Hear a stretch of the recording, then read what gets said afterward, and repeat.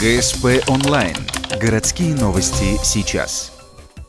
Понедельник, 11:00. За третью неделю 2016 года зарегистрировано 820 случаев ОРВИ. Увеличение заболеваемости отмечается по всем возрастным группам, кроме детей до 2 лет. Тем не менее, пока эпидемический порог не достигнут. Для этого число заболевших должно перевалить за 20%. Если же судить по количеству первичных вызовов, то сегодня на 11 утра их было более 300. Это свидетельствует о росте заболеваемости. Для сравнения, обычно в понедельник вызовов бывает порядка 180. Буквально до последнего момента роста заболеваемости не было отмечено. Но вот прямо с сегодняшнего дня ситуация поменялась, резкий подъем ОРВИ, скажем так, да, то есть прямо пока что это грипп мы сказать не можем, но заболеваемость значимо выросла. В течение недели мы ожидаем рост еще заболеваемости, как ОРВИ, так, возможно, и гриппом.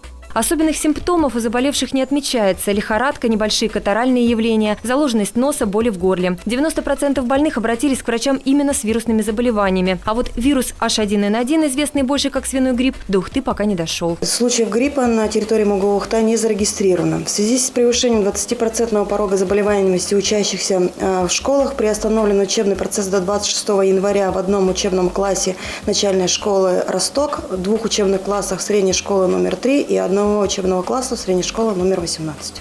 В ожидании эпидемии приняты предупредительные меры. Ограничены приемы детей до года, приостановлено проведение профилактической вакцины. В стационаре сведены к минимуму свидания с близкими, активизированы койки. Помимо гигиенических норм, врачи рекомендуют по возможности избегать мест массового скопления людей.